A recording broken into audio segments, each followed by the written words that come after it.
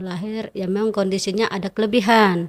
Kelebihan itu kalau bahasa sehari-hari bisa kita bilang bahwa di kepala Salma itu ada sebagian tulang yang tidak ada sehingga menyebabkan otaknya itu keluar. Jadi berpikir begitu lahir yang saya pikir bagaimana saat nanti anak saya sholat. Nah itu yang jadi pemikiran saya kan ini. Tapi inilah rasa kasih sayang Allah terhadap saya untuk membuat saya terus bersujud. Selama ini mungkin saya banyak kesalahan yang melalaikan diri saya untuk sujud kepada Allah, untuk berdoa kepada Allah, untuk dekatkan diri kepada Allah.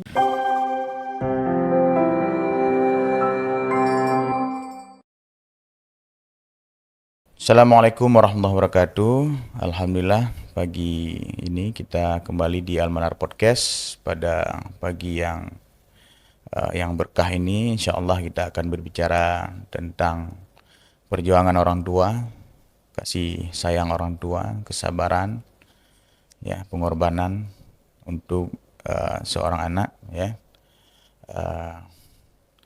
Manusia dilahirkan dengan kelebihan dan kekurangan masing-masing, dan yang perlu kita yakini bahwa Allah memberi sesuatu kepada hamba dengan segala hikmahnya yang bisa kita petik dari perjalanan seseorang. Nah, pada hari ini kita akan mendengar ya kisah dari seorang ibu wali santri kami di pesantren Modern Al-Manar. Kemudian anak beliau sekarang duduk di kelas 1 MTS di Putri di Al-Manar. Oke, kita sapa dulu. Assalamualaikum Ibu, selamat datang di Al-Manar Podcast. Waalaikumsalam warahmatullahi wabarakatuh. Oke, dan Salma, apa kabar Salma? Baik, Nama lengkapnya siapa nak? sama Zahra Lestari. Salma Zahra Lestari. Lestari ya. Bagus sekali namanya, Lestari ya, ada Lestarinya. Kemudian di samping saya ada Bu Nurul. Bu Nurul dipanggil ya? Ya, Bu Nurul guru BK Al-Manar ya. Beliau salah satu guru BK, tenaga profesional kita, tenaga pendidik kita yang kalau ada masalah anak-anak ya, Bu Nurul ini seorang pendengar yang baik Bu ya. Luar biasa. Saya banyak dapat info kalau seputar anak-anak, perkembangan anak-anak dari Bu Nurul. Kadang ada anak kan potensinya kita nggak tahu, dia diam ataupun kadang dia melanggar. Bu Nurul yang tugasnya mencari bakat yang terpendam dari anak-anak dan disampaikan ke kami, kita undang ke podcast atau kita ajak, kita lihat apa potensi yang dia miliki ya. Baik para pendengar yang dirahmati Allah, ya setiap manusia memiliki ujian yang berbeda-beda. Ada yang diuji dengan ekonomi, kesehatan mungkin, pendidikan, maupun berbagai tantangan kehidupan lainnya. Namun di balik setiap ujian tadi, Allah selalu menyimpan hikmah dan kekuatan yang mungkin tidak pernah kita bayangkan sebelumnya ya.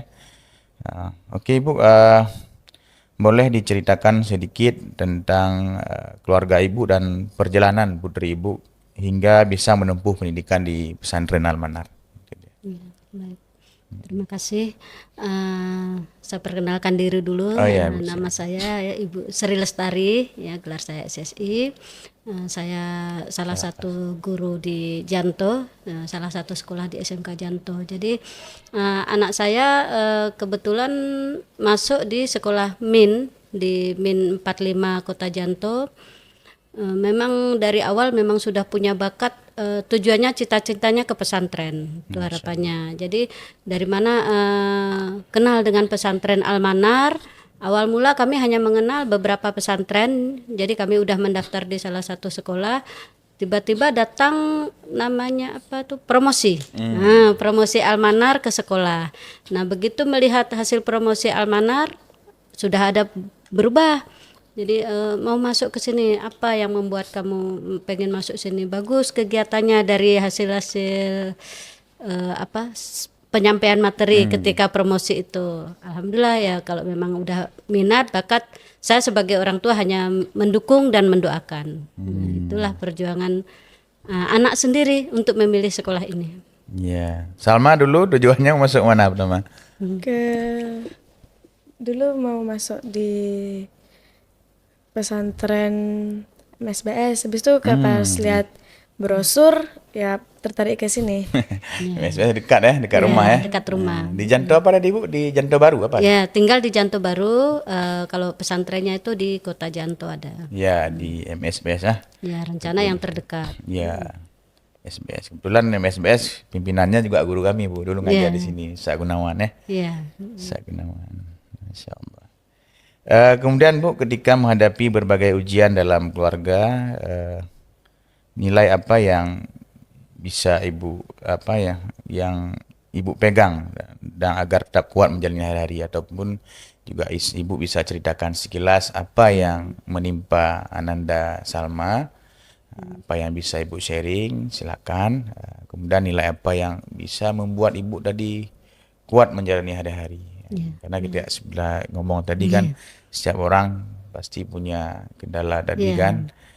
Pasti ada sesuatu motivasi mungkin yang nilai yang membuat seorang ibu kuat bertahan merawat berjuang merawat anak tercintanya. Mungkin bisa diceritakan apa yang menimpa Salma dulu. Yang bisa Ibu ceritakan saja Bu ya. Iya. Oke. Baik, jadi ketika memang itu zaman dulu kan dari kandungan kita udah tahu ya kondisinya setelah begitu lahir ya memang kondisinya ada kelebihan. Kelebihan itu kalau bahasa sehari-hari bisa kita bilang bahwa di kepala Salma itu ada sebagian tulang yang tidak ada sehingga menyebabkan otaknya itu keluar. Jadi tertutup dengan kulit. Jadi ada nama penyakit dengan bahasa biologi yang memang sangat sulit juga saya ucapkan ya. Tapi saya hanya kekuatan aja dengan Allah ya. Semua yang terjadi itu Allah tahu kita yang bisa menghadapinya. Kita mampu menghadapinya sehingga kita semakin mendekatkan diri kepada Allah. Itu jadi dengan kekuatan Allah tidak akan memberikan cobaan kepada hambanya yang hambanya tidak mampu. Dan sugesti kita bahwa ini yang terbaik bagi kita. Jadi kita harus mampu apapun cobaan yang menimpa kita ya kan kondisinya yang luar biasa tapi kita tidak boleh terhenti di situ saja. Kita tidak boleh karena sudah tawakal terus kita pasrah menerima tidak tapi kita harus tetap berusaha berikhtiar. Jadi kita berusaha. Nah, pada saat itu kondisi Salma kan kondisi di depan ya, jadi otaknya tuh keluar di depan dengan terbungkus kulit. Saya berpikir begitu lahir yang saya pikir bagaimana saat nanti anak saya sholat. Nah itu yang jadi pemikiran saya kan supaya karena kita sebagai orang tua nih hanya ingin anak kita menjadi anak yang bertakwa, tidak beralih agama dan itu yang harus kita tanamkan sejak lahir. Jadi saya berpikiran nih bagaimana walaupun Allah tahu ini ada kita sudah berusaha semaksimal mungkin ya bagaimanapun apapun yang terjadi dengan kondisi yang sudah Allah berikan tapi setidaknya saya berusaha untuk merubah. Jadi bagaimana supaya nanti ketika sholat itu sama dengan kawan-kawannya gitu kan. Jadi yaudah bagaimana caranya saya berjuang keras. Nah jadi ke dokter di sini ya kan kontrol berkali-kali. Pada saat lahir itu kondisinya sangat kecil sehingga harus kita memberikan gizi yang lebih supaya pertumbuhan anak itu cepat. Jadi 2 kilo menjadi 5 kilo dalam waktu 3 bulan. Nah setelah itu alhamdulillah dokter di sini sangat jujur ya, sangat jujur walaupun takut tapi jujur. Jadi menyampaikan dengan kondisi hasil nanti setelah operasi. Jadi dokternya mengatakan dengan jujur, Bu ini kondisi masih bayi, baru 3 bulan. Kita tidak akan tahu nanti hasil operasi itu apakah bisa menyebabkan kebutaan ataukah nanti tersumbat cairan kepala. Jadi kalau tersumbat cairan kepala harus dipasang selang dari kepala sampai ke perut. Nah terus ada lagi karena ini bayi kita tidak tahu nanti perkembangan otaknya bagaimana. Jadi alhamdulillah dengan kejujuran itu kita bisa inisiatif, bisa berpikir bagaimana kita supaya hal-hal seperti itu minim terjadi, ya kan? Jadi bersyukur karena sudah tahu perkembangannya seperti itu, alhamdulillah langsung saya mencari solusi. Nah saat itu kami belum paham sama sekali, akhirnya bagaimana caranya ya alhamdulillah kami ke luar negeri. Mencari dokter di luar negeri, kemudian di rumah sakit Gleneagles, bukan di Gleneagles itu saya di rumah sakit Medika ya, Malaka di kota Malaka Malaysia. Sampai sana alhamdulillah begitu sampai dokternya langsung dengan sangat melihat begitu sekilas langsung no problem. Ini tidak ada masalah, 99% berhasil dan 1% menyebabkan kematian. Tapi ini tidak hanya operasi ini tidak hanya kalaupun kematian itu tidak karena operasi ini, tapi karena memang faktor sudah takdir. Tapi kalau hasil operasi 99% berhasil. Nah, dengan keyakinan itu langsung saat sampai besok harinya langsung operasi. Alhamdulillah dengan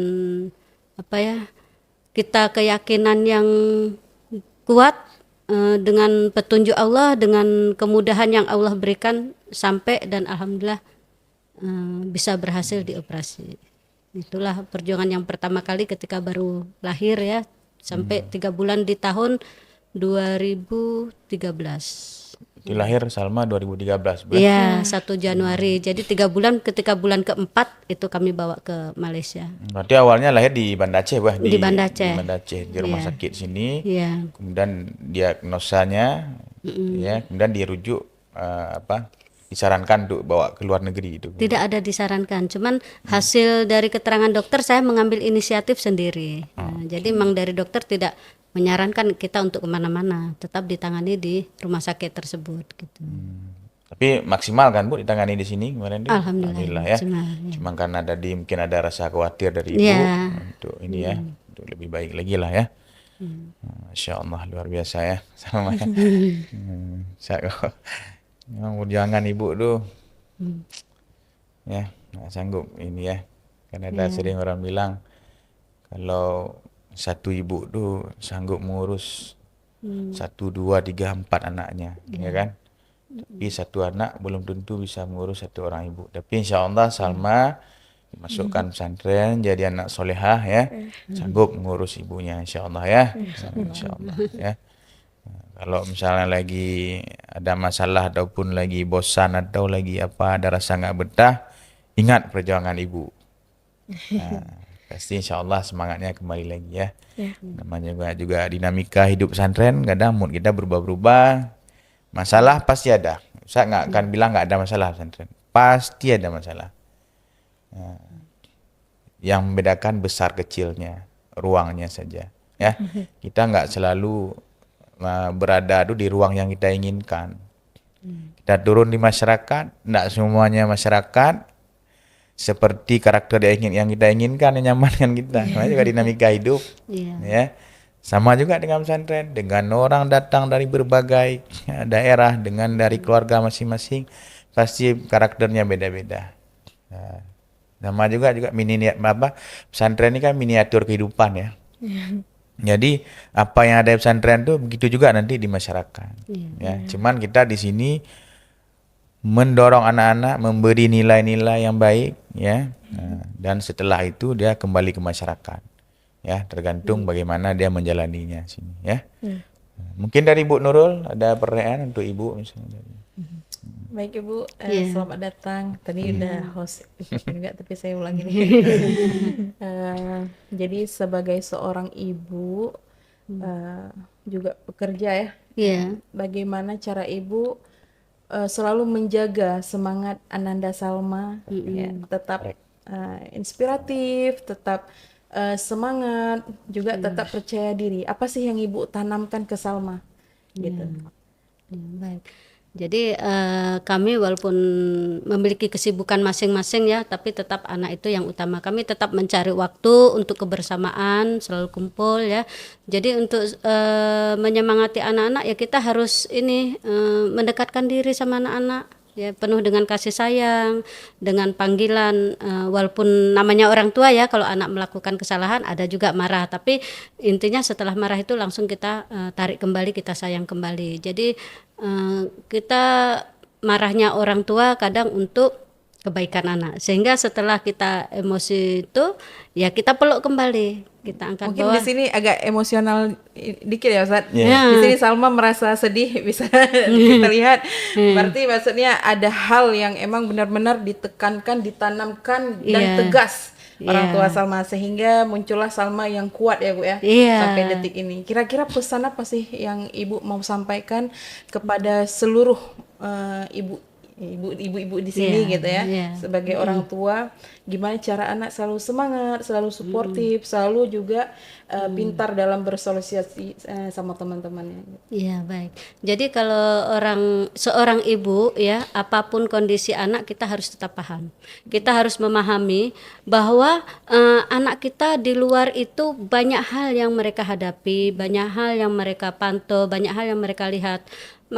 Untuk itu kita harus membentengi sebagai orang tua, kita harus mendekatkan diri kita kepada anak. Jangan langsung kita melihat itu dengan emosi ya. Kalau kita orang tua sudah emosi, maka anak kita di luar juga mungkin membuat orang lain emosi. Nah, jadi kalau sudah tahu nanti kalau jangan sampai anak kita membuat orang emosi, bagaimana tempat kasih sayang anak hanya ada di orang tua.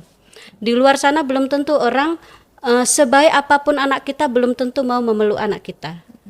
Sebelum tentu bahkan mungkin merasa oh itu saingan anak saya. Nah seperti itu. Jadi kita apapun yang terjadi anak di luar, tetap anak kita itu di naungan kita. Mereka sangat membutuhkan kasih sayang kita. Sekeras-kerasnya anak, mungkin bagi kita kalau ada orang tua yang mengatakan anak saya kok susah seperti ini, sebetulnya tidak susah.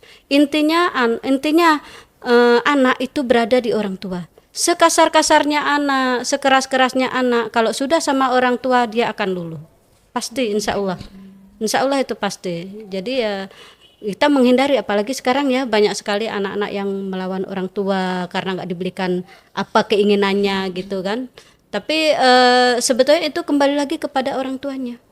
Seandainya orang tua bisa mengambil hati anak, bisa mendekati anak secara tulus ya kan, bahwa ini loh tidak terpisahkan antara ibu dan anak itu tidak terpisahkan. Nah dengan seperti itu maka anak itu bisa kita arahkan. Insya Allah kita bisa arahkan, ya kan? Karena kalau saya berdoa aja Allah itu bisa menciptakan manusia begitu mudah.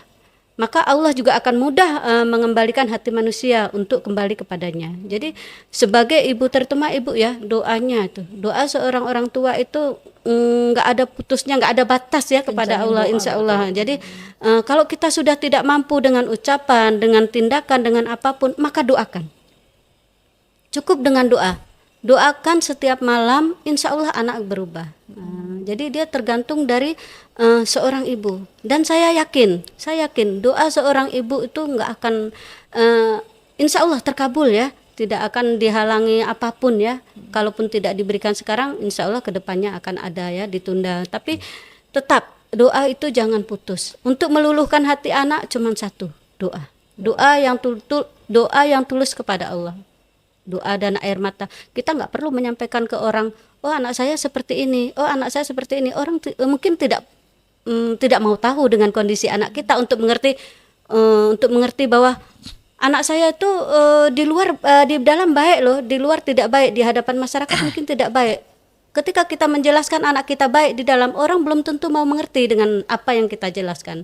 Maka kita harus bisa melakukan itu tadi dengan sujud kepada Allah, memohon supaya membuka hati masyarakat dan menunjukkan anak kita itu tidak sesuai dengan yang diucapkan. Itu diiringi dengan doa. Berarti pesan dari Ibu lebih ke ibadah kita. Iya, ibadah bagaimanapun kita. Anak kita di mana berada, sikapnya bagaimanapun itu bisa kita luluhkan dengan doa. Gitu ya, Pak ya.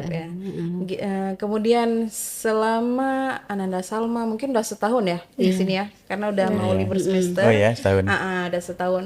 Kira-kira apa sih yang membanggakan dari perkembangan Ananda Salma? Mungkin Ibu boleh sharing selama setahun nih, mungkin ada nggak perubahan gitu? Saya waktu mendaftarkan saya merasa anak saya masih ada keraguan-raguan ya, mampu nggak anak saya nanti di pesantren ya, karena nggak pernah pisah dengan orang tua. Walaupun kalau di rumah pagi ke sekolah, sore langsung ngaji sampai malam, mungkin ketemunya jarang karena sibuk dengan sekolah dan ngaji. Tapi ketika jauh dari orang tua, saya berpikir kira-kira mampu nggak, itu ada rasa kekhawatiran sebagai seorang ibu ya. Tapi begitu saya melihat semangatnya, senyumnya, bahkan Salma sendiri meminta kepada saya, Mama doakan ya Salma di sini betah 6 tahun. Justru Salma yang meminta kita untuk mendoakan supaya betah, berarti kan ada suatu semangat yang tinggi ya untuk bertahan hidup di perantauan. Nah itu adalah suatu hal yang sangat membanggakan tersendiri bagi saya. Bagaimana saya lihat cara bergaul sama kawan-kawannya, juga mengayomi, istilahnya bahasa Jawa itu mengayomi, melindungi, habis itu memberikan nasihat kepada kawan-kawan yang kurang saat bersedih karena pengen pulang nggak tahan gitu bisa. Jadi dari cerita-cerita itu yang membuat saya sebagai orang tua ada kebanggaan tersendiri ya. Jadi Ya betul perkembangannya Ustaz. luar Jadi biasa. Salma ini termasuk salah satu orang yang punya sosial yang tinggi gitu. Walaupun dia maaf kita bilang walaupun ada kekurangan, dia nggak merasa itu sebuah kekurangan yang membuat dia nggak pede, nggak percaya diri gitu. Dia ada kelebihan di situ ya Bu ya. Yang saya dengar juga dari wali kelas Salma itu termasuk orang yang cepat nangkap pelajaran. Itu gimana tuh Bu? Emang dari SD atau gimana? Dari kecil memang suka belajar. Dari mulai belum sekolah itu yang dibeli minta buku, menulis. Habis itu waktu ada tugas gitu langsung beli. Bahkan pernah ketika usia itu masih sekitar 4 tahun, kakak-kakaknya mengaji, dia mau ikut mengaji, minta dibelikan baju muslim. Udah kita belikan, kita antar. Saat itu udah sore ya, ada yang tutup, ada yang nggak menerima karena muridnya udah penuh, ada yang terlalu kecil. Jadi ada 5 tempat pengajian tuh, anak-anak itu saya datangin nggak ada yang mau terima. Jadi 4 tahun masih. karena masih kecil, jadi menangisnya tuh ya Allah, mungkin satu kampung tuh dengar menangis menjerit-jerit, pokoknya harus diantar ngaji. Kami bingung kemana mau ngajinya gitu. Nah memang dia semangat untuk mengaji tuh dari kecil sudah tertanam dalam dirinya. Jadi tapi mungkin karena melihat ya orang lain pergi ngaji gitu suka. Jadi kalau prestasi memang dari kecil, alhamdulillah karena saya sibuk. Jadi pagi itu saya titipkan di TK ya, di tempat penitipan anak. Nah di situ juga bagus penitipannya. Jadi begitu belum lulus dari TK itu, ketika mau masuk MIN memang sudah bisa membaca, Jadi saya selalu juga sama guru-gurunya ya. Kita orang tua yang belum tentu bisa memberikan cara belajar anak bagaimana yang baik, tapi justru anak sudah memperoleh hasil yang kita harapkan. Itu dari guru-guru di situ. Ini sama Salma nih, tadi sama ibunya. Salma, apa sih yang buat Salma itu tetap semangat jalanin hari-hari? Mungkin apa ada motivasi dari orang tua atau gimana? Dukungan orang tua. Luar biasa ya dukungan orang tuanya ya. Kira-kira gimana sih dukungan orang tua sampai Salma bisa kuat, bisa semangat, bisa percaya diri sampai saat ini? Ya tetap semangat. Kalau sabar, tetap berdoa, tetap beribadah, mendekatkan diri kepada Allah. Dukungan kayak tetap semangat, jangan bersedih kalau itu. Kalau ada Berarti nggak boleh sedih. Enggak. Nggak boleh sedih ya. Berarti Salma pernah nangis nih. Pernah kan? Ya ingat lagi kata-kata orang tua apa. Jadi kayak bilang tadi Salma nggak pernah sedih. Soalnya ada pertanyaan. Betul selama sejauh hidup Salma nggak pernah sedih? Ada sedih, kan ingat orang tua, dukungan, perjuangan orang tua Karena masing-masing sini. support orang tua di balik layar tuh support luar orang biasa. tua. Kira-kira nih kalau emang Salma pernah di posisi sedih atau khawatir, apa sih yang Salma lakukan biasanya? Ya curhat, kalau enggak cerita-cerita biar melupakan apa hal yang sedih, buat sedih tuh melupakan cerita, Sharing sama teman-teman gitu. buat lakukan ke pekerjaan yang biar jadi mood baik lagi gitu. Terus apa lagi yang Salma lakukan? Ada cerita-cerita palingan. Berarti dengan cerita aja sudah membantu Salma menenangkan diri gitu ya? Ya. Oke. Kemudian Ustadz juga sudah mendengarkan kisah inspiratif ya perjuangan ibu dan Salma ya dari semenjak dalam kandungan, ketika lahir, kemudian juga melakukan ini ya pengobatan di luar negeri. Apa sih Salma yang membuat Salma ini yakin sama hidup Salma gitu, bahwa hidup ini tuh banyak hal gitu, nggak hanya stick di situ, nggak hanya berhenti apa? Orang tua itu. Orang tua lagi ya. Berarti orang tua nomor 1 ya. Kalau Salma lihat perjuangan orang tua tuh gimana sih sampai Salma udah sampai segini tahap ini, apa yang Salma lihat perjuangannya? Perjuangan masukin ke pesantren, perjuangan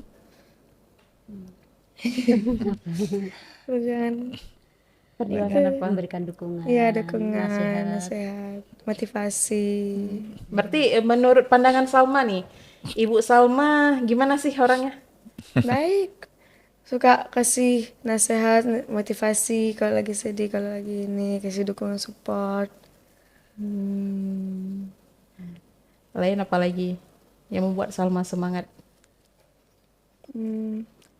Perjuangan orang tua itu. Orang tua pokoknya. Orang tua. Ayah gimana? Ayah? Ya, Gimana Ayah sosok? nggak disebut juga ya? Iya, gimana sosok ayah di mata coba. Salma gimana? Coba. baik. Dukungannya juga. Selalu support apa yang Ama sukai itu disupport.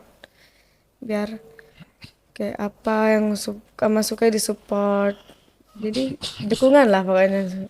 Full ya dukungannya. Full dukungan. Jadi makanya Salma di sini tetap semangat ya, Ya. tetap juga sosialnya bagus sama teman-temannya. Berarti nggak jauh dari support orang tua. Emang support itu ya dari internal dan eksternal. Yang paling penting adalah internal, itulah dari bapak dan ibu ya di rumah ya. Oke. Salma kegiatan apa yang paling suka di pesantren? Ini Ustaz mau lihat bakat Salma. Tadi karena Mama suka nulis juga ya. Nulis bisa gabung sama Ustaz nih ya. Kan baru tahu nih di akhir tahun. Apa yang paling suka Salma? Coba cerita dulu. Kalau Ana dari dulu pramukaan. Sering ikut kemah juga di sini, di luar. Waktu main. Ya, waktu main. Oke. Kemarin ada daftar di sini? Ada? Ada, nggak lewat. Nggak lewat? Belum. Belum. Insyaallah ya. Nanti saya bilang Ustaz Balon. Ada seleksi lagi nanti ya. Ada.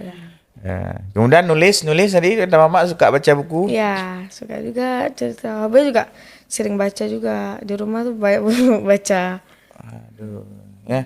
Kita ada ini Bu, komunitas baca ya, Almanarida. Enggak gabung kemarin ya? Belum. Enggak tahu, enggak ada di itu ini. Oh ya, boleh nanti kelas 2 ini ya. Ya. Ustaz ada program kita visit library, perpustakaan wilayah, ke bookstore ya, ke Gramedia misalnya di sini ya. Digabung nih ya. Ya.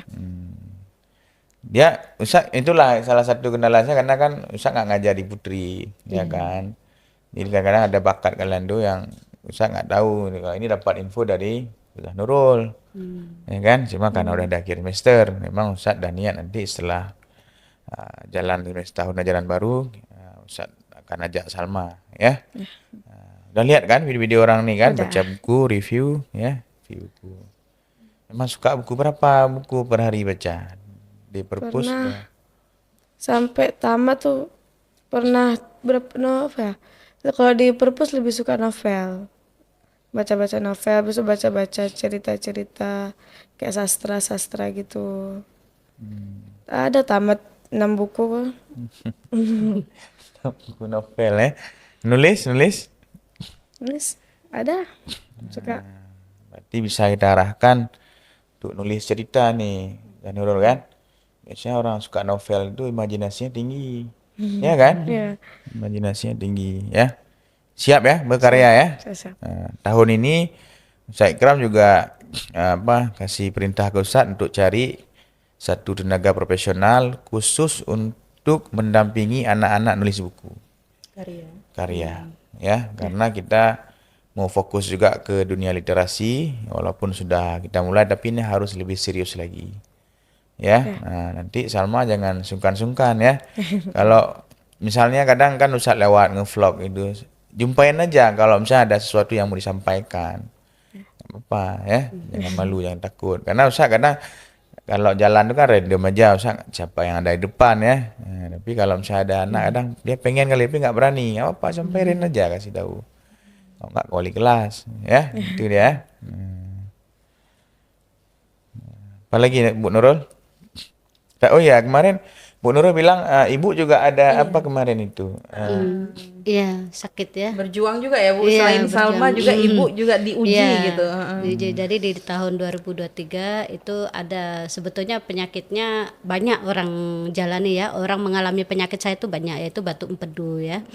Cuman ketika saya dioperasi di sini, awal mulanya dokter menyampaikan, ibu kalau mau yang bagus ambil operasi laparoskopi. Nah itu operasinya tidak besar, jadi hanya 3 selang kita masukkan kamera dengan apa itu penyedot batu dengan laser. Nah, tapi ternyata setelah 4 jam di dalam ruang operasi itu gagal. Jadi operasi saya ditutup. Ditutup terus dokternya keluar menghubungi keluarga kan, pihak keluarga suami saya dan adik-adik saya menyatakan bahwa operasinya gagal. Jadi bagaimana, dokternya minta izin untuk operasi besar. Semula kan kita menghindari operasi besar itu karena bisa laparoskopi. Nah, begitu operasi besar kan sama akhirnya diambil juga empedu. Ya setelah itu pikir karena sudah siap ya sudah gitu kan, tapi makin lama makin kuning, wajah kuning, mata kuning, badan semakin kurus, berhari-hari kurus kan. 3 bulan kemudian asik kontrol, 2 minggu sekali kontrol katanya akan dilakukan operasi ulang. Nah dengan begitu kami berpikir ya kan, pernah udah ada pengalaman ke luar negeri dulu Salma di tahun 2013. Jadi ini kejadian lagi tahun 2023. Akhirnya saya diam-diam saya cari dokter bedah di luar negeri, Malaysia. Keluar di situ ada referensi, ada 200 dokter ada, tapi yang saya cari yang berhubungan dengan bilirubin. Nah begitu saya dapat ada 2 yang berhubungan bilirubin, sebetulnya banyak tapi yang menyampaikan di identitasnya hanya ada 2, satu di Singapura, satu di Kuala Lumpur, satu di Penang. Jadi akhirnya saya ke sana pribadi, saya cari dokter pribadi, berangkat pribadi semua sendiri tanpa ada hubungan dengan koneksi-koneksi di sini sampai ke penjemputan. Nah begitu sampai sana dokternya menangisnya karena penyakit yang saya hadapi itu kecil, tapi kenapa bisa menyebabkan hampir kematian gitu ya. Jadi sampai bilirubinnya tuh nggak bisa turun-turun. Seharusnya normalnya saya juga kurang paham berapa, tapi itu sampai 14 gitu. Seharusnya kan 6 tak berapa, saya juga kurang paham ya. Nah sampai sana ya udah akhirnya ibu ini harus melakukan 2 tindakan. Setelah diperiksa ternyata di kerusakan saya 2. Ibu hatinya sudah terbakar dan saluran empedunya juga terbakar, ya kan. Jadi langkah operasi pertama yaitu dengan perbaikan hati. Langkah kedua kalau udah bisa baru dengan pembuatan usus baru, saluran empedu baru, nanti diambilkan dari usus 12 jari. Saya juga kurang paham dokter bagaimana kan. Nah pada waktu itu setelah siap, jadi dipasang selang dari perut saya ini, selang keluar, cairan empedunya itu di luar. Nah itu dengan menggunakan seperti keteter gitu. Nah ini seminggu ibu dibuang ya. Nah, setelah seminggu cairan empedu itu harus ibu minum. Jadi harus masuk lagi ke dalam tubuh. Jadi saya dengan bahasa Malaysia setengah bahasa Inggris, saya juga kadang-kadang agak kurang paham bahasa dokter kan. Dia bilang, ibu mau diminum atau mau pasang selang dari perut ke hidung, jadi langsung beredar cairan empedu. Karena saya berpikirnya itu obat, saya bilang saya diminum aja. Yakin diminum? Iya minum. Begitu dokternya keluar, ayahnya Salam bilang, itu yang diminum tahu apa? Obat. Saya bilang gitu kan, bukan, itu cairan empedu tadi. Jadi cairan empedu itu pagi harus kita minum 150 cc, siang 150 cc, sore 150 cc. Jadi sehari 3 kali harus beredar lagi ke dalam tubuh. Nah setelah seminggu, ya udah boleh pulang. Saya tanya, jadi gimana dokter ini dengan kondisi selang dan keteter saya pulang gitu kan? Ya enggak apa-apa lagi, ya udah sehat katanya, ya udah sembuh. Saya kan bingung, jadi apakah seumur hidup saya harus menggunakan selang gitu kan? Ya enggak apa-apa, yuk pulang dulu, yuk tenang-tenang dulu di Indonesia. Nanti kalau sudah ada uang, kalau kita rupiahnya itu 200 juta, ibu bisa balik untuk melakukan perbaikan usus itu kan.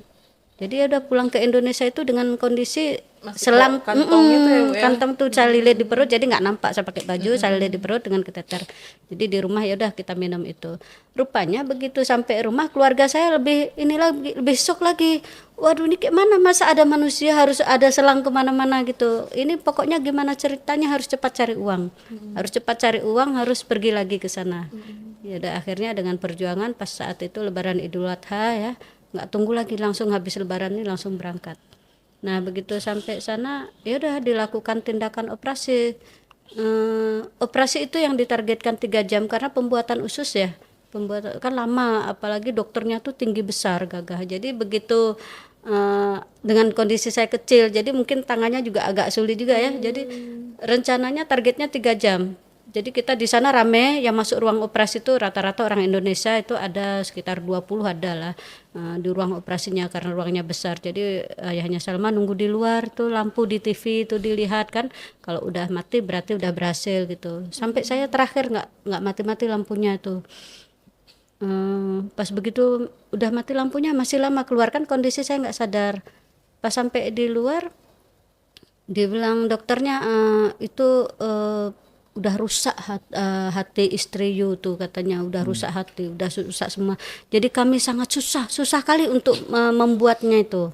Nah, susah. Akhirnya di situ 3 hari saya di karantina, maksudnya pemulihan ya, masa pemulihan tuh nggak boleh dikunjungin di dalam. Jadi putus komunikasi, nggak bisa ngomong, nggak bisa kemana-mana, maksudnya nggak tahu informasi. Jadi keluarga di Aceh sudah was-was, habis itu suami juga sudah was-was ya, jadi kondisinya. Nah alhamdulillah karena semangat ya, saya yakin insya Allah saya sembuh gitu kan. Jadi begitu dengan keyakinan saya, begitu saya masuk di ruang itu udah 3 hari dilatih sama dokter tuh, dibawa ke ruangan. Saya lihat kawan-kawan saya yang dari Indonesia dengan operasi yang sama ya, mereka mungkin ya terbiasa ya, hidupnya mungkin manja ya, jadi ini rasa sakit, udah nggak mau ini rasa sakit, tapi saya tekad saya harus sembuh gitu. Jadi ketika ada terapi harus jalan, makan, sampai pernapasannya tuh dibantu ya kan, dibantu dengan alat napas, memang canggih-canggih alatnya ya, harus kita supaya kita bisa bergerak. Nah jadi ketika itu diajak jalan, terapi jalan kan, yuk belum jalan hari ini, belum, panggil langsung petugasnya, diajak jalan. Jadi kalau saya bisa jalan cepat, saya ini dokternya bisa pulang. Iya harus bisa jalan cepat baru bisa pulang. Jadi saya semangatnya luar biasa. Bahkan warga di kampung itu ketika saya pulang kan ada 3 kali saya balik. Operasi pertama operasi hati, operasi kedua perbaikan usus tadi, yang ketiga kontrol pelepasan itu juga ya, pelepasan alat-alat yang terpasang tuh. Jadi warga kampung saya juga heran gitu melihat saya kayak mana, semua setiap yang datang nangis sedih melihat kondisi saya, tapi mereka melihat saya ketawa. Saya bukan ketawa tapi saya menguatkan diri gitu kan, menguatkan diri bahwa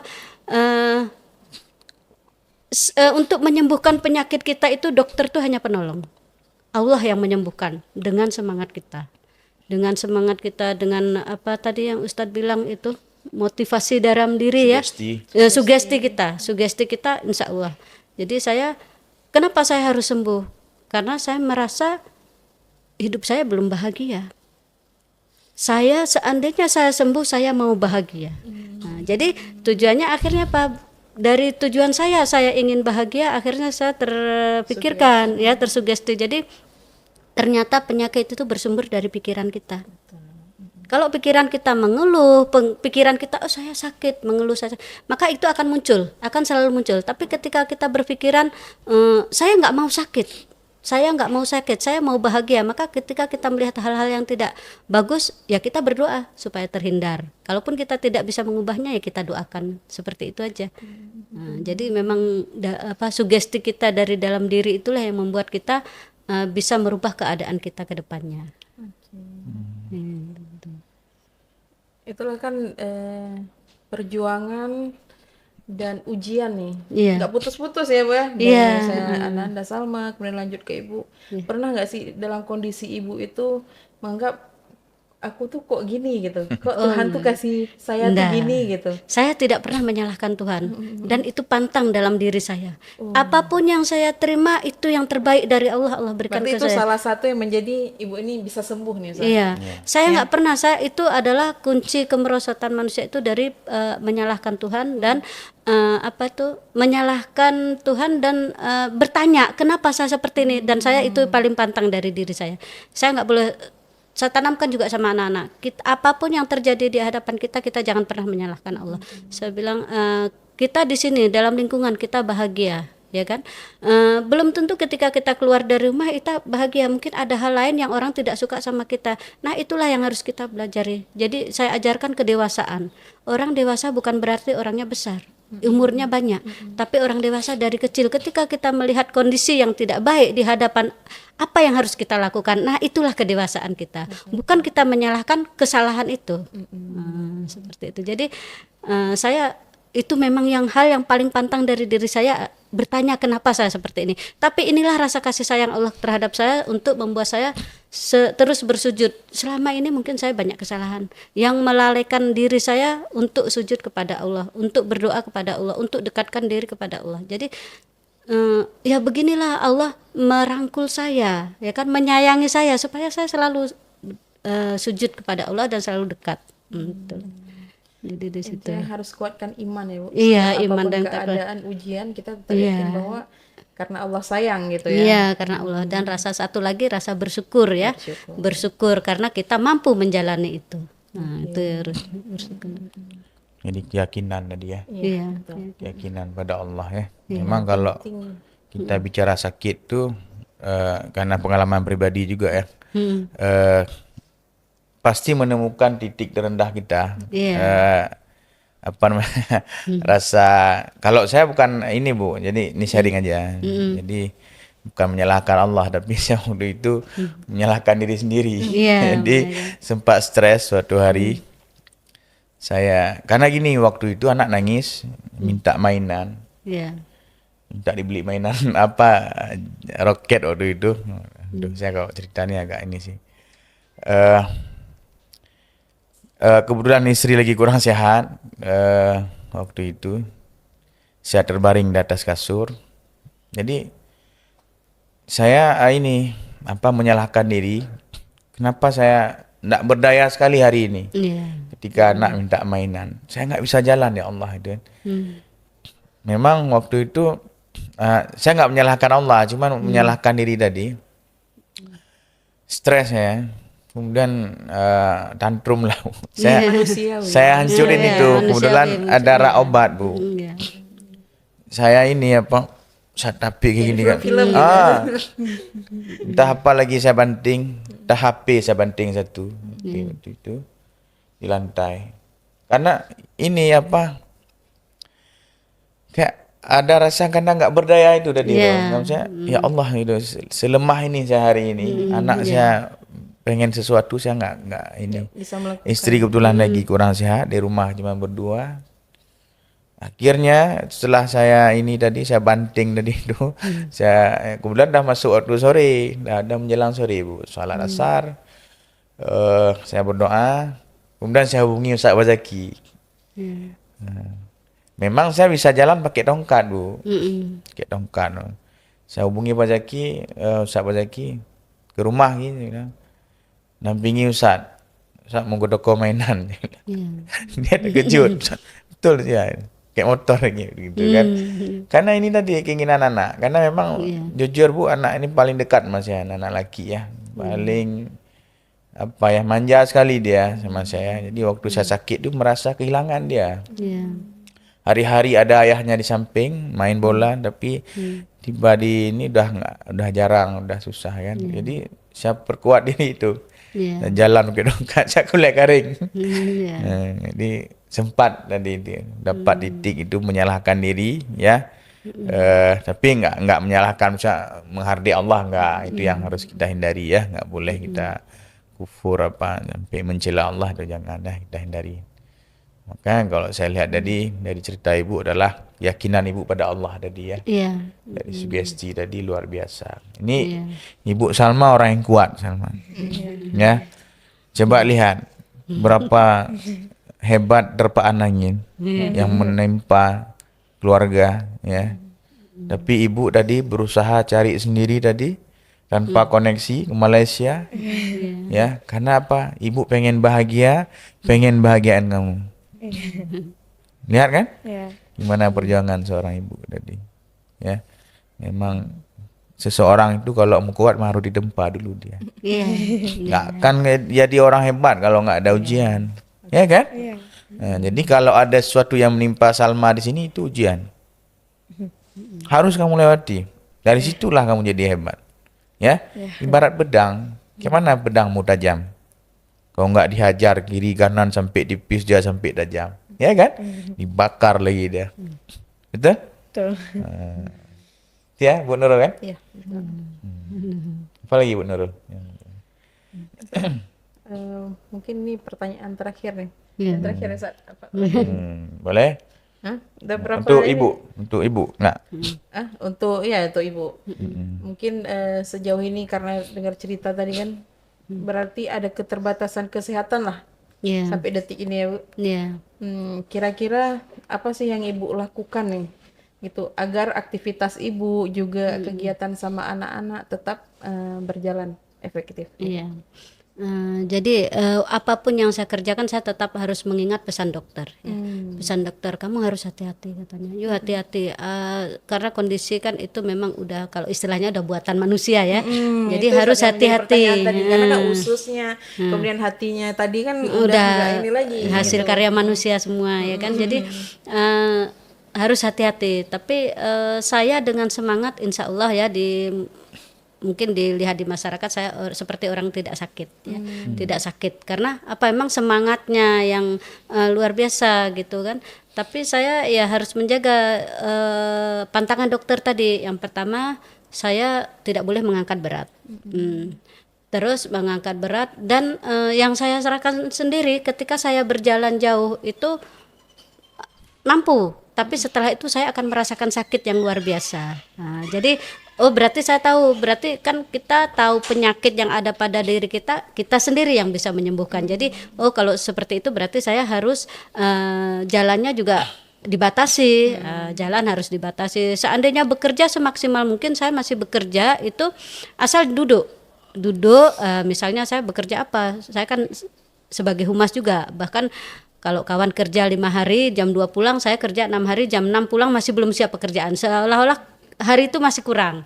Terus saya pun harus kemana-mana sendiri bawa mobil ya. Jadi kalau tingkat menyopir itu insya Allah masih kuat. Jadi kemana misalnya membawa anak lomba ke Banda Aceh gitu sehari, Aktivitas anak tetap dampingi ya, Bu? tetap didampingi. Jadi saya kadang-kadang sehari itu bisa kadang sampai 2 kali ke Banda Aceh, Janto Banda Aceh gitu ya, masih kuat. Tapi yang saya hindari itu tadi mengangkat barang berat dan berjalan. Jadi ya istilahnya yang menggunakan otot perut.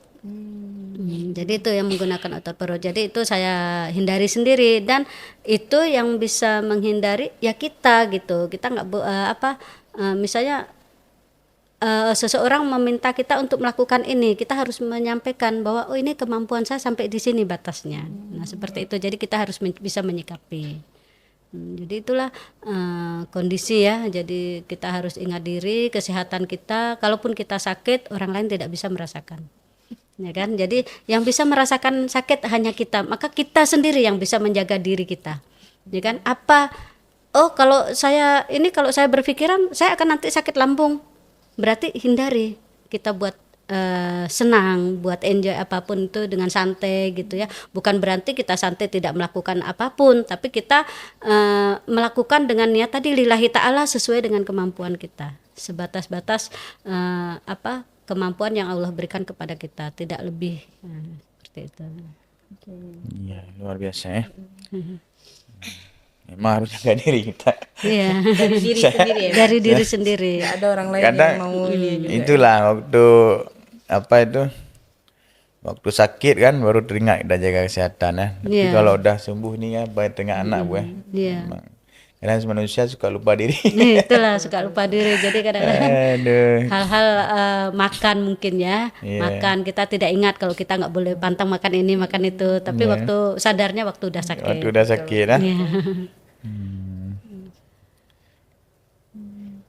Ya, kalau orang Aceh bilang tuh apa ya? Ingat Allah waktu sakit, meratib waktu gempa. Itu ya, itu ya. Untuk Salma apa cita-citanya nak? Saya cita nih. Cita-citanya dokter, Masya Allah dokter. Apa alasannya mau jadi dokter? biar bisa membantu orang. Buat kalau sakit bisa bantu. Ya, seperti dokter yang udah bantu Salma dan ibu ya. Masya Allah.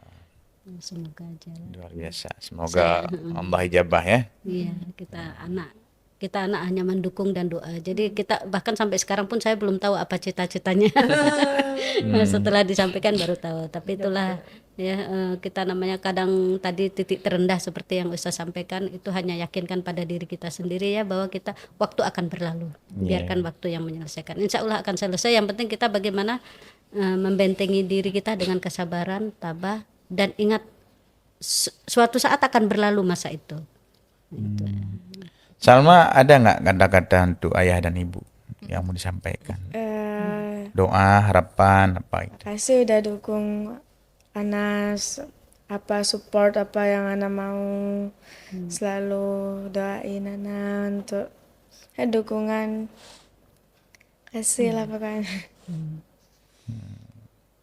Kayak nggak bisa berkata-kata dia.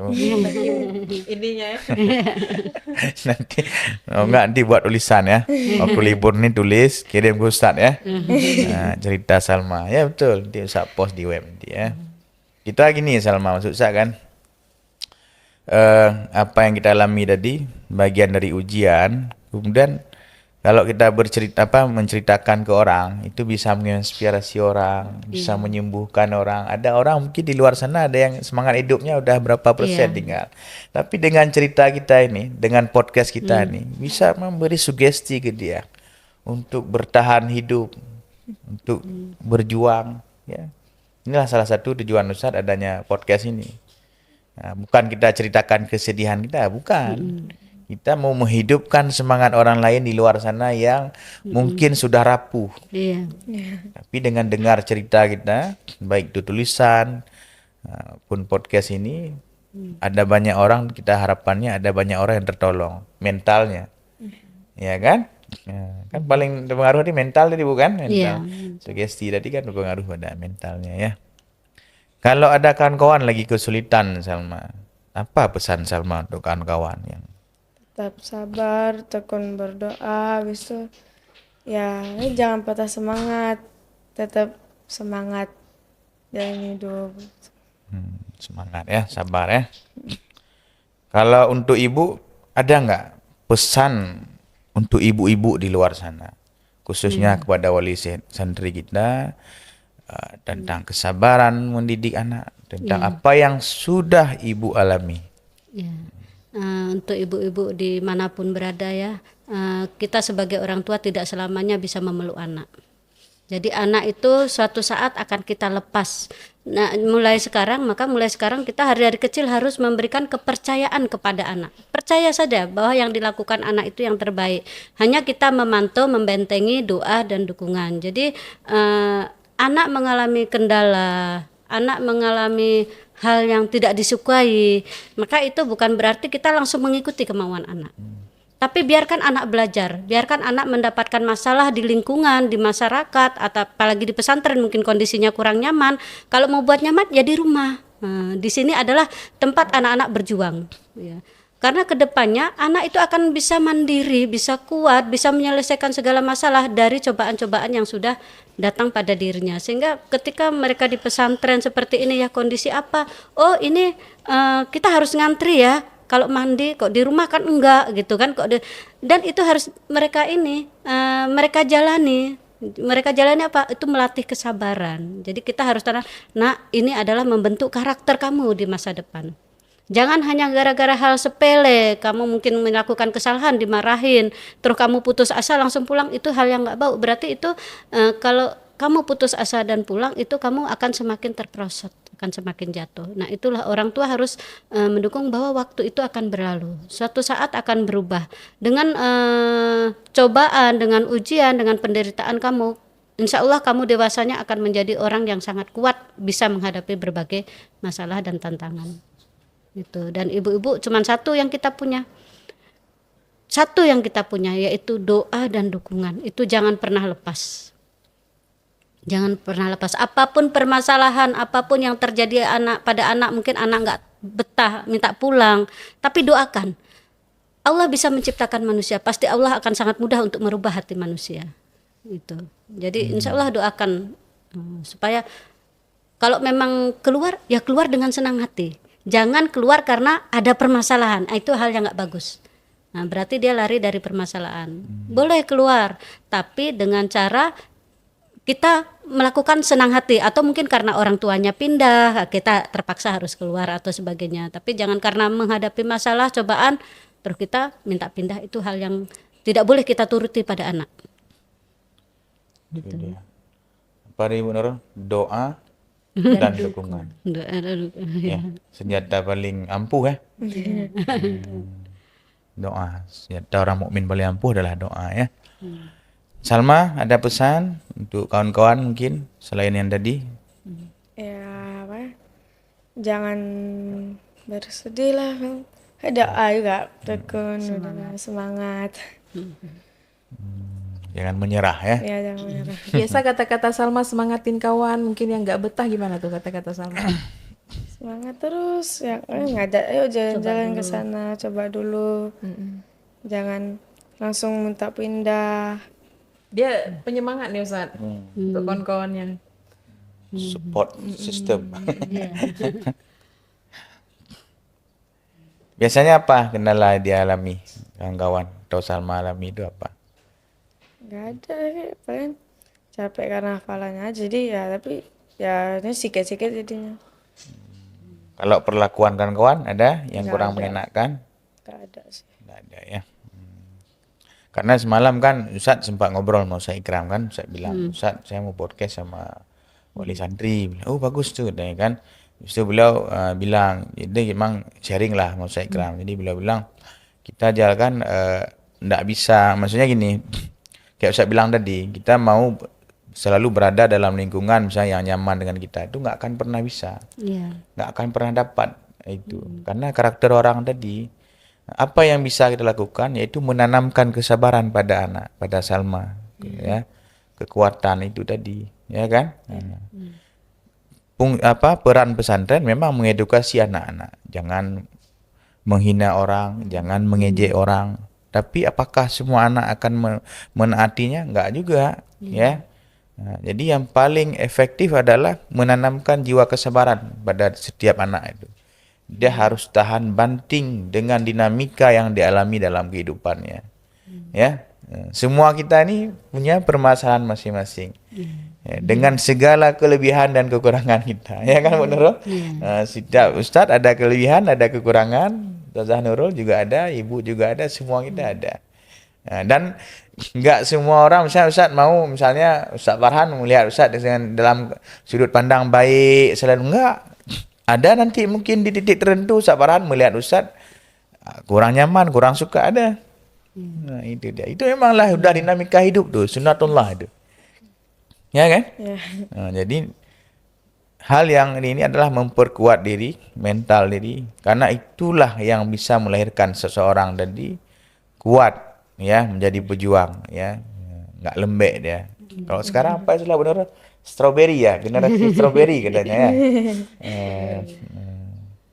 Ya, tapi dengan permasalahan lah kita hidup, ya. Jadi jangan apa tadi pesan Ibu tadi, jangan lari dari masalah. Nah, tapi kita you have to fight, ya. Hadapin masalah tadi. Ada lagi Bu Nurul sebagai ini mungkin disampaikan sebagai guru BK yang selalu menghadapi berbagai masalah hidup nih ya. Ini Bu Nurul nih tempat kumpul masalah nih. Coba Bu Nurul. Ya mungkin pesannya ya, untuk kita semua itu punya kekurangan. Cara menghadapi kekurangan itu sendiri, bagaimana cara kita mengenal diri. Gitu. Ya Salma ya. Kalau kita udah mengenal diri kita tahu kelebihan kita, insya Allah kelemahan itu akan di bawah kelebihan kita. Jadi jangan takut. Itu. Ini pesan juga untuk semua orang. Luar biasa ya. Mungkin saya satu lagi yang saya banggakan dari Almanar nih ya. Saya punya anak memang 3 kan. Beda-beda pesantren. Jadi kan kita mempelajari. Pesantren 3-3 nih Bu ya? 3-3 waktu masa SMP-nya ya. Jadi 3-3. Nah, dan yang saya lihat ketika ada orang tua mengeluh, orang tua sini mengeluh, mau pindah anak saya gini. Ibu, saya udah mempelajari beberapa pesantren yang saya lihat gitu. Hanya Almanar ini yang paling bagus. Apa yang paling bagus? Saya ingin ini saya belajar budaya Jepang ya, kebetulan murid saya ada yang udah saya lepas ke Jepang. Jadi saya belajar di Jepang itu ada kondisi fisik anak itu harus kita perhatikan, yaitu dengan istirahat tidur. Dan itu hanya ada satu-satunya di Almanar. Kalau pesantren lain ibu boleh coba, habis sholat makan teng masuk kelas lagi. Apa yang terjadi pada anak ketika kondisi itu anak dipaksakan belajar? Dan satu-satunya pesantren yang mengenal tentang kondisi fisik anak untuk cara berpikir anak hanya ada di Almanar, yaitu memberikan kesempatan setelah makan siang itu istirahat tidur.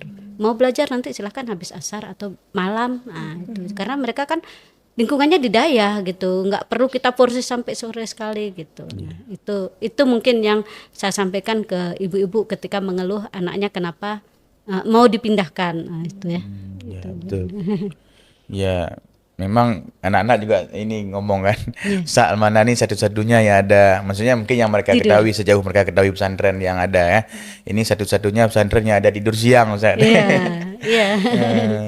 Jam siang memang kita beri inilah waktu luang ya. Tuh. Kadang kalau kami dulu ya, waktu santri itu ada juga nggak istirahat nyuci dia kalau kami dulu. Pada masa Ustaz santri dulu 2004 2005 itu ini kami dulu belajar kitab kuning, belajaran kitab Dayah itu di siang hari Bu, di siang hari naik rangkang juga kan, ada balai itu dulu sama dengku-dengku. Cuman setahun kemudian baru dirubah ininya, diubah formatnya biar anak-anak tadi bisa ada istirahat siang, ada tidur siang. Kalaupun ada kegiatan ekstrakurikuler tapi nggak semua anak kan, dan nggak setiap hari juga, masing-masing ada timingnya masing-masing. Jadi itulah salah satu keputusan pesantren tadi, memberikan waktu luang untuk anak untuk istirahat siang. Jadi guru-guru Dayah itu dengku masuknya di pagi hari sekarang. Jadi kok dulu dengku pakai sarung naik di balai buat kayak di Dayah, tapi sekarang udah formal, udah kayak guru-guru belajar kitab. Itu dia, alhamdulillah ya. Insyaallah kita pertahankan tetap ada tidur siang ya. Ya Salma ya. Biar rileks lah. Kita porsir kali kan juga nggak ini ya. Kita kan manusia, ada waktu harus istirahat juga fisiknya ya. Ya Salma kan. Berarti Salma dari 3 saudara. Ya Bu. Ini yang paling Yang paling kecil. Paling kecil. Di atasnya abang, kakak. Kakak semua perempuan semua. Yang Perempuan satu masih semuanya. kuliah di Unsiah, kebetulan ambil jurusan BK juga. Oh BK juga. Yang pertama itu ambil jurusan seni budaya, udah lulus, alhamdulillah udah berkeluarga ya. Saya memang tanamkan pada anak, apalagi perempuannya, saya tanamkan pada anak pendidikan nomor 1. Pertama itu pendidikan. Tapi ketika kamu sudah ketemu jodoh, maka pendidikan nomor sekian. Jodoh dulu kamu kerja. Jangan sampai nanti gara-gara ketemu jodoh kamu tinggalkan, akhirnya rusak yang lain. Saya bilang. Jadi yang pertama udah nikah. Ibu asli memang di Janto atau di Ya, aslinya? saya sejak berdiri Janto sudah di Janto. Tapi saya lahir memang di Jawa dulu tahun 86 transmigrasi. Oh iya. Okay. Transmigrasi. Jadi sekarang udah menjadi penduduk tetap. Asalnya dari mana Bu? Asalnya saya daerah Jawa ya, Jawa Tengah, Solo. Solo. Tapi tidak masuk Solo, saya masuk ke Boyolali, cuma sudah perbatasan dengan Solo. Lapangan Adi Sumarmo itu cuma 200 meter, tapi masih masuk ke Kabupaten Boyolali. Jadi saya masih sering mudik Bu sana? Kebetulan saya kuliahnya di sana, di UGM di Jogja. Kalau cerita memang panjang, saya memang bukan keluarga mampu ya. Saya orang tua petani, nggak mampu, jadi saya lulus SMP, rencana orang tua saya tidak disekolahkan. Mengingat jangankan beli baju seragam, jangankan bayar sekolah, beli baju seragam pun nggak bisa. Tapi alhamdulillah abang saya yang sekolah di STM Banda Aceh, karena rajin ikut ibu kosnya, tetangganya tergiur, ini anak laki aja rajin gitu ya, apalagi perempuan. Dia bilang lapor sama abang saya kan, Ji nanti kalau pulang kampung tolong carikan pembantu untuk saya gitu. Tapi abang saya jawab, pembantu sekarang udah susah. Oh tapi ada Bu, dia mau bekerja tapi tidak mau digaji. Jadi gimana pembantu kok nggak mau digaji? Dia minta disekolahkan. Akhirnya jemputlah saya, dan saya sekolah di Banda Aceh ini di Ule Kareng. Itu kan ada dulu masih SMA Negeri 4 Banda Aceh. Sekarang udah menjadi SMA Kurung Barunajaya. Itu sekolah saya. Saya tinggal di Kota Alam. Oh gitu Bu. Iya. perubahan ya. Iya, jadi saya bekerja sekolah jam 4 saya bangun, di rumah itu ada 15 orang, saya nyuci, jam 7 saya jemur, berangkat ke sekolah pagi-pagi dikasih uang 500 rupiah masa dulu ya. Naik labi-labi berangkat 200, naik labi-labi pulang 200, jajan 100, hanya dapat 1 aqua dan 1 kue. Itu masa dulu. Pulang menyetrika kadang sampai jam 12 malam. Jadi saya belajarnya hanya 4 jam. Tidur hanya 4 jam. Belajar tidak ada waktu. Bagaimana saya yang tidak sempat belajar di rumah tapi saya bisa ranking. Nah, jadi sistem belajar itu yang saya ajarkan sama anak-anak. Pada saat guru menerangkan, jangan pernah kamu tinggalkan pulpen sama buku. Apapun yang guru ucapkan kamu tulis. Karena kalau tidak seperti itu kita akan ngantuk. Jadi supaya tidak ngantuk maka dengarkan dan tulis. Jadi mata, kepala, otak, telinga, tangan semua bekerja. Itu yang membuat saya tidak sempat belajar tapi saya bisa memperoleh ranking ketika ujian bisa menjawab. Itu kuncinya. Dan Allah kasih jalan lagi. Saya pikir saya hanya sampai batas SMA ya kan, karena namanya jadi pembantu. Rupanya karena saya ranking, saya kirim lagi undangan ke UGM, ke Universitas Gadjah Mada Yogyakarta, dan saya lolos. Dari 40 siswa yang dikirim, saya termasuk 3 tuh saya lolos di jurusan fisika ya. Apakah saya mampu di sana? Enggak. Saya juga karena dari golongan orang tua enggak mampu. Allah kasih jalan karena saya selalu lillahi ta'ala, semua karena Allah. Allah kasih jalan. Majikan yang saya ikutin di sini punya anak di Jogja.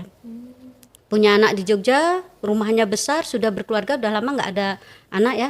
Akhirnya saya dapat tinggal di situ. Di situ saya makan gratis, tempat tinggal gratis. Jadi alhamdulillah saya tinggal di situ jadi pembantu lagi.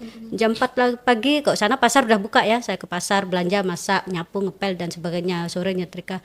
Itu hanya dapat makan sama tempat tinggal. Biaya kuliah bagaimana? Sama, masih orang tua belum mampu. Biaya kuliah waktu semester pertama itu saya ke bimbingan, les bimbingan privat. Nah, saya melamar di situ. Jadi saya naik sepeda dayung itu sepeda ontel ke rumah-rumah mengajarin fisika, matematika. Nah, itulah 2 tahun kemudian saya jadi asisten dosen sehingga saya adalah sedikit pemasukan. Itulah yang membuat saya bisa kuliah. Jadi Ternyata lebih banyak lagi perjuangan. iya, makanya saya bilang sama Ustazah, saya kalau mau tanya tentang apa perjuangan seorang anak, seorang remaja masjid, seorang ada sama saya. Itulah bagaimana. Makanya saya ingin menggembleng anak-anak saya jangan cengeng. Makanya anak saya bilang, "Ma, kok saya ke sana boleh enggak?" katanya. Boleh, saya bilang gitu kan ketika ada family gathering. Kenapa mama mengizinkan sementara anak orang enggak diizinkan gitu. Kamu jangankan di sekitar Aceh, mama maunya kamu tuh sampai ke, mama masih lajang, itu bisa sampai ke seluruh Pulau Jawa kemana-mana. Mama maunya kamu go internasional. Kita punya doa dan dukungan. Cuman satu yang pesan. Kenapa saya memberikan anak seperti itu? Saya percaya anak saya harus punya iman dan ketakwaan. Itu aja kuncinya. Kemanapun melangkah, apabila ada itu di hati, insya Allah terjaga, terlindungi. Benteng ya. Nah, bentengnya di situ. Tetap itu jangan ditinggalkan. Nah. Berarti dulu sekolah di ini Rumah Jaya ini ya. Kurung Baruna Jaya ini. Dulu masih SMA Negeri 4 Banda Aceh. Setelah saya lulus baru masuk ke Aceh Besar. Itu ya Bu ya. Baru tahu saya nih Bu. Ya. Kalau Bapak asli dari Bapak juga sama, Bapak Solo dari juga? Jawa, Purworejo, cuman lahir di Medan. Jadi ayahnya tuh pengantin baru udah merantau ke Medan ya kan. Terus sekolah di Kedebing, akhirnya ikut transmigrasi juga. Jadi kami satu kampung, kami satu remaja masjid, aktif di dalam masjid gitu kan. Nah, cuman sama ayahnya lulus SMA udah merantau ke Medan. Nah, habis itu sambung lagi merantau ke Surabaya. Jadi kami memang hidup dalam perantauan, sukses dalam perantauan semua gitu kan. Masya Jadi, Allah. nah, Biasa jadi ya. untuk Ternyata anak-anak di itu. balik kuat ya, tegas tadi. Iya. Ternyata ada cerita. Karena nggak mungkin kuat tiba-tiba ya kan. Iya. Ternyata di balik itu Jadi tempaan badai. tempaan badainya tuh luar biasa. Udah banyak ya. Allahu Akbar. La ilaha illallah. Ya. Itulah namanya perjuangan ya. Kalau masalah guru honor juga gitu, saya banyak terpaan. Saya mengajar waktu masih honor ya, itu tanpa gaji sepeser pun. Setiap langkah saya berdoa, ya Allah mudahkanlah rezeki suami saya. Saya mengajar 4 tempat. SMK Janto, SMP Janto, dan Fauzul Kabir. Fauzul Kabir itu ada 2, ada MSen, ada MTS. Jadi 4. Saya ngajar 6 hari kerja. Kalau Minggu saya masuk di pesantren, kalau Jumat saya masuk di libur di pesantren, saya masuk sekolah umum. Nah, bahkan tidak ada ini sepeda motor zaman dulu ya, masih konflik. Saya lulus tuh. Jadi saya jalan kaki. Waktu 5 menit tuh dari kebetulan dekat-dekat 10 menit bisa lah jalan kaki ya, naik turun gunung tuh. Nah, jadi SMK turun ke Fauzul Kabir, nanti jam 2 masuk di mana gitu, misalnya dari SMP pulang jam 2 atau jam 1 balik ke Fauzul Kabir, jam 2 masuk lagi. Kebetulan Fauzul Kabir kan sampai jam 6. Makanya memang betul-betul dipres dulu di Fauzul Kabir tuh, belajar dari jam 7 sampai jam 6. Itu mungkin anaknya udah profesional semua ya, karena belajar seperti itu ya. Tahun berapa Bu di Fauzul Kabir dulu ngajar? Saya tahun sebelum tsunami. Tsunami ya? Tahun 2000, akhir 2024. Sebelum tsunami ya? 2023, akhir 2023. Jadi tsunami itu saya 2003. banyak. 2004 tsunami. Ya, 2003. Tsunami 2004. Jadi saya 2003 dah. 2003. Karena dulu tapi itu tahun berapa ya? Lupa juga saya. Saya Ikram dulu, Al-Fauzul Kabir dulu. Itulah 3 katanya tahun. ada ustadz di sini yang mengenal saya, tapi saya lupa ya yang mana. Mungkin kalau udah jumpa wajahnya tahu kan. Kawan pula. Karena saya Ikram dulu sempat di Fauzul Kabir. Ngajar Masuk Ustaz Waludin di Fauzul Kabir kalau nggak salah saya ya. Habis itu baru melanjutkan, enggak santri dulu. Oh santri, Ya. berarti murid Habis saya itu mungkin. baru lanjut ke Jawa. Ya. Lanjut ke Jawa aliyahnya. Karena pesantren itu anak murid saya udah banyak yang jadi kepala sekolah. Iya. Nah, termasuk MSBS tuh SMP-nya Abi Iswanda itu murid saya. Oh anak ini, Ustaz Fauzul Iswanda, Kabir, kenal ya. ya Ustaz Iswanda. Itu juga murid saya, siapa lagi ya. Pokoknya kalau di saya berjalan pasti ada yang menyapa. Ada yang menyapa karena Itulah ribuan murid saya di mana-mana Hebatnya ada. guru ya, Iya. panen murid ya Bu ya. Iya, Gimana-mana cuman kita ya. kadang kalau lihat wajahnya ingat, cuman Iya, lupa nama insya gitu ya, karena banyak murid di mana-mana. Dulu mudir Fauzul Kabir kalau nggak salah Ustaz Zahri ya. Iya, Ustaz Yusuf. Zahri, Ustaz Zahri. Ustaz Anwar, Saya itulah. saya itu jadi. Ustaz Anwar almarhum ya? Belum. Belum ya. Terakhir saya jumpa dipindah di KUA Selimom. Bukan Ustaz Anwar, berarti ada satu lagi dulu dari Fauzul Kabir ya. Iya. Dulu beliau sering hadir kalau acara pramuka dulu. Masuk Fauzul Kabir juga dulu.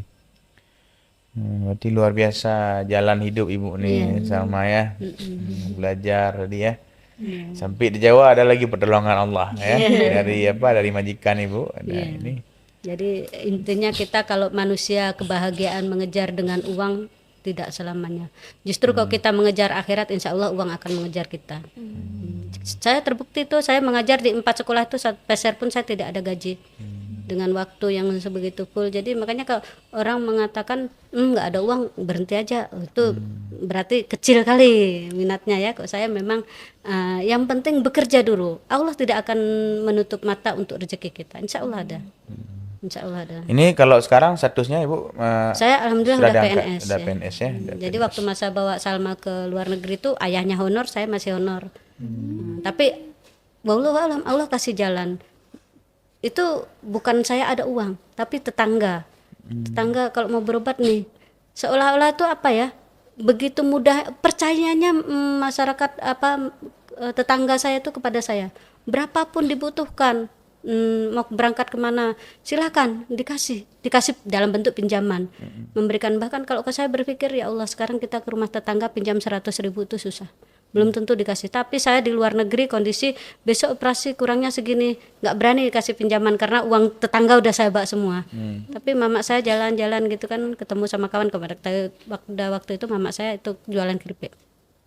Gimana nih ya cucu saya besok operasi, uangnya kalau dirupiahkan kurang 18 juta sekian. Besok bude, iya katanya, tunggu sebentar, saya ambilkan. Tanpa kita bilang mengatakan mau pinjam. Tapi saat itu jam 2 saya mengeluh, jam 3 uang udah sampai Malaysia. Itulah kita. Jadi rasanya hidup ini kenapa begitu mudah ya, memang itu yang dicari. Nah, hidup ini bukan kita banyak uang, tapi bagaimana Allah memberikan kemudahan di segala langkah. Saya juga operasi, jadi rasanya gimana ya, saya sering ke luar negeri, tapi saya tidak pernah bermodal uang. Tapi Allah kasih jalan sehingga dengan kita, yang penting sehat, bekerja, insya Allah uang terpenuhi sendiri. Insya Allah. Seperti itu. Itulah bantuan Allah itu kan. Iya, Jalannya sangat dekat kan ya. dari orang lain ya. Sangat dekat. Kan kita harus sering berdoa tuh Allahumma sahil umurana ya kan. Allah mudahkan segala urusan kami ya itu. Iya, membuka hati yang melihat kita ya kan, terbuka hatinya, luluh hatinya, membantu kita gitu tanpa kita minta, itu datang sendiri. Punya tetangga yang baik, yang peduli, itu rezeki paling besar. Ya. Jadi rezeki yang enggak selalu dimaknai dengan materi tadi, ya kan? kepedulian, kepekaan ya kan. Tadi Iya. waktu nenek ngomong nih tapi langsung tangga tunggu bentar Bu ya kan. Iya. Ya, itu pertolongan Allah melalui Iya. ibu yang tadi. Nah, Iya, itu dia luar biasa. Luar biasa nih Ustaz Bu Nurul ya. Saya udah nggak tahu ngomong apa lagi, udah nggak berword-word lagi nih, speechless ya. Udah kemana-mana ya. Iya, tapi bagus Bu ceritanya. Dan ini perdana sebenarnya kita undang wali santri ya. Mungkin ini menjadi starting point kita ke depan tahun ajaran baru kita perbanyak undang wali santri Bu ya. Iya.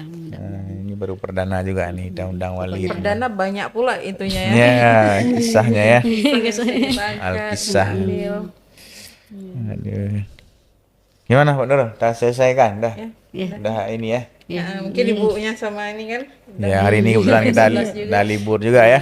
Oke. Baiklah para pendengar Almanar Podcast ya, dari perbincangan kita tadi kita belajar bahwa setiap manusia itu memiliki ujian yang berbeda-beda Bu ya. Hanya ruang waktu saja kapan Allah uji saja yang berbeda. Tapi intinya ujian itu pasti ada ya. Tugas kita menghadapinya ya dan berhusnuzon kepada Allah bahwa pertolongan Allah itu pasti ada ya. Namun yang membuat seorang istimewa itu bukan pada kondisi fisiknya ataupun apa yang ditempa ya, tapi melainkan keteguhan hati, kesabaran, rasa syukur dan semangat untuk terus melangkah ya, untuk mencari kebaikan-kebaikan dalam hidup ini ya, dan tentunya dengan segala keyakinan yang kita miliki bahwa Allah itu selalu hadir dalam sendi-sendi kehidupan kita ya. Kita juga diingatkan dari cerita ibu tadi luar biasa. Kita juga diingatkan bahwa di balik kesulitan selalu ada kasih sayang Allah tadi. Tidak ada manusia yang sempurna dan tidak ada seorang pun yang pantas dipandang rendah ya, karena keadaan fisiknya. Justru bisa jadi orang yang sedang diuji memiliki hati yang jauh lebih kuat dan lebih dekat kepada Allah ya. Dari cerita ibu tadi bahwa keyakinan ibu tadi kepada Allah luar biasa Bu ya. Kemudian pantang bersu'zon kepada Allah, menghardik Allah ketika ditimpa musibah itu hal yang sangat paling dihindari dalam hidup ini ya. Karena barangkali apa yang terjadi hari ini pada kita memang sulit, berat sekali. Belum terasa hikmahnya. Hikmah itu akan terasa di kemudian hari. Gitu ya, kira-kira begitu ya. Ya, semoga kisah hari ini, cerita hari ini mengajarkan kita untuk lebih bersyukur atas nikmat yang diberikan Allah, lebih menghargai perjuangan orang tua, lebih peduli kepada sesama dan lebih berhati-hati dalam memperlakukan orang lain ya. Berbaiklah dengan semua manusia, dengan orang-orang yang baik di sekitar, yang dekat ataupun dengan jauh ya. Begitulah Bu Nurul ya. Kalau kita berbaik dengan orang-orang yang ada di bumi, maka yang di langit juga akan memberikan rahmat dan kasih sayangnya kepada kita sama ya, insyaallah. Baik, terima kasih ya Ibu, terima kasih Bu udah hadir di ruang sederhana kita ini ya, Salma ya, Bu Nurul juga ya. Depan kalau ada lagi Bu Nurul silakan ya, kita undang lagi para wali santri yang ada di rumah ya. Tujuan kita tadi adalah bukan menjual kesedihan, tapi kita memberi inspirasi, menginspirasi orang, memberi motivasi. Kita berharap ada orang-orang di luar sana yang sudah rapuh mentalnya, dengan mendengar cerita kita di sini bisa kuat kembali. Ya.